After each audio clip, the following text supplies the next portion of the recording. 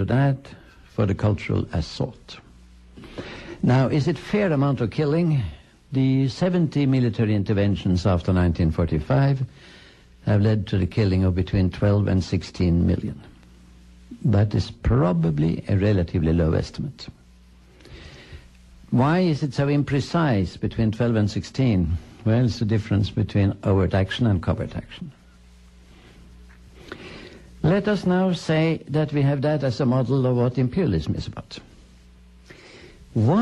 How would we know that that empire is dead? Well, if we have 4 dimensions, we have 4 criteria. And let us say that these are the things that the rest of the world would like to see. Point 1, stop killing and withdraw military bases. Point 2, stop exploiting. And that means stop extremely unjust, inequitable economic deals. I quoted one example, Directive number 39 in Iraq, just as one example. But unfortunately, the implications are worse than that, because 125,000 people are dying every day of hunger and easily preventable and curable diseases. If you take that and you multiply it by 360 days, you start coming close to 50 million per year.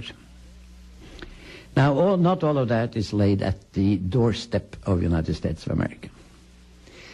But the interesting thing about the United States of America is that they are the ones who keep the military machinery going that makes it difficult to change it. So when there is an effort to change it, there will very likely be a coup instigated by the U.S. and with a military follow-up.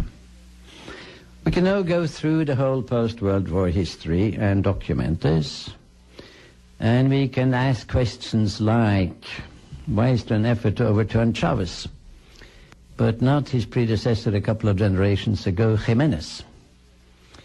Why the effort to kill Castro, but not Batista? Why is it against the Sandinistas, but not against Somoza? And the answer is very clear. And it lies in the brilliant formulation by the Pentagon planner. So we go on to number 3. Join the world. You're not located on a platform named exceptionalism. Join the world, participate in the difficult enterprise of making the world a better place to live for 6.2 billion human beings. The best organization for that today is the UN, with all its shortcomings. You don't step out of the Kyoto Protocol. You invite a conference to revise it if you have grievances, and there are shortcomings in that protocol. You don't step out of the ABM Treaty, the Anti-Ballistic Missile Treaty. You come up with a system that provides the same level of security as that one did. You don't step out of it and introducing the NMD instead. Join the world means that you see yourself as a normal country. And that leads to the cultural aspect of the empire. Give up the idea of being a chosen people by God with a direct mandate, and that you somehow have the solution to all problems. The antidote, the opposite of this, is called dialogue. In other words, to get backwards, dialogue. For the political aspect, participation. For the economic aspect, equity. And then how about the military aspect?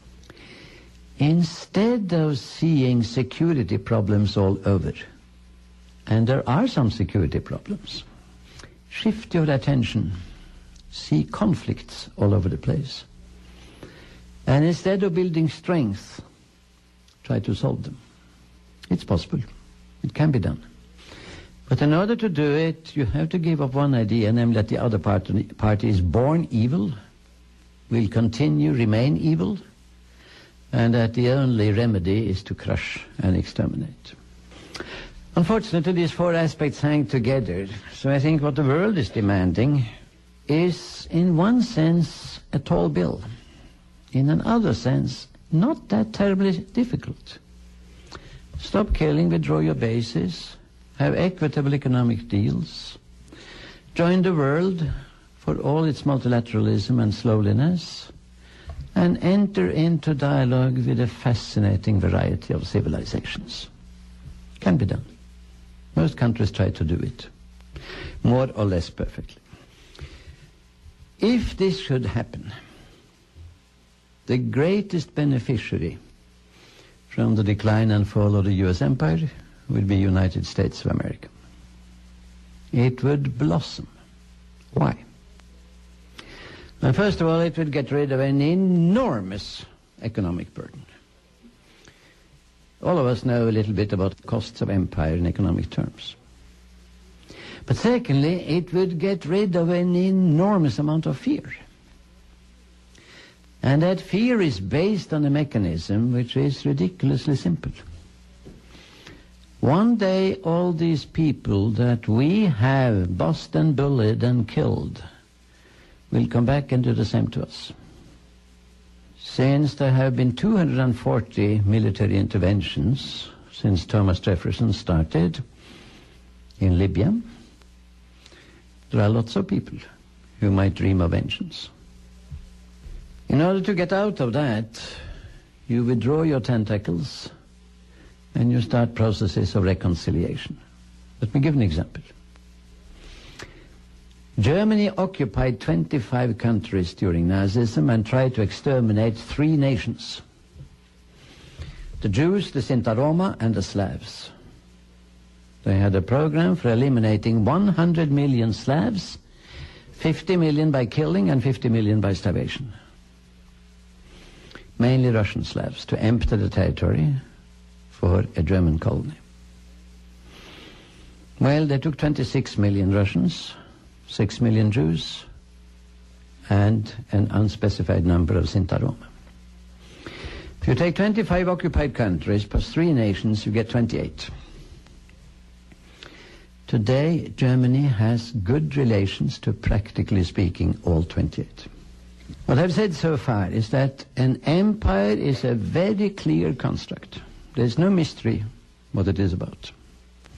And it is the synergy between the 4 dimensions that makes it. The abolition of the empire is not a question of hoisting and unhoisting a flag at midnight. That was the old way of doing it. 4 very clear demands. And they're very reasonable. Point 3. The greatest beneficiary will be United States of America.